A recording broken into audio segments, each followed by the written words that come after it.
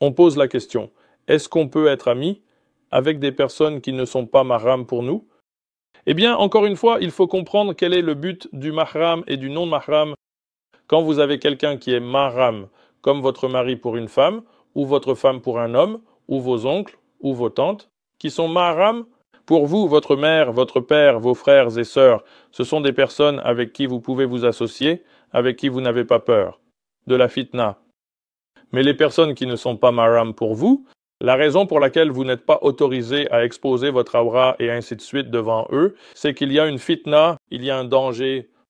Donc, quand vous parlez d'être ami, qu'une femme soit l'amie d'autres femmes, il n'y a rien de mal à cela. Pour un homme d'être ami avec d'autres hommes, il n'y a rien de mal à ça. Pour ceux qui sont mihram, pour que les frères et sœurs soient de bons amis et se soutiennent les uns les autres, ou un mari et une femme et ainsi de suite, ou un enfant et un père ou une mère et ainsi de suite, c'est formidable. Mais si vous prenez un étranger qui n'est pas mahram pour vous, alors pourquoi avez-vous besoin de cette amitié?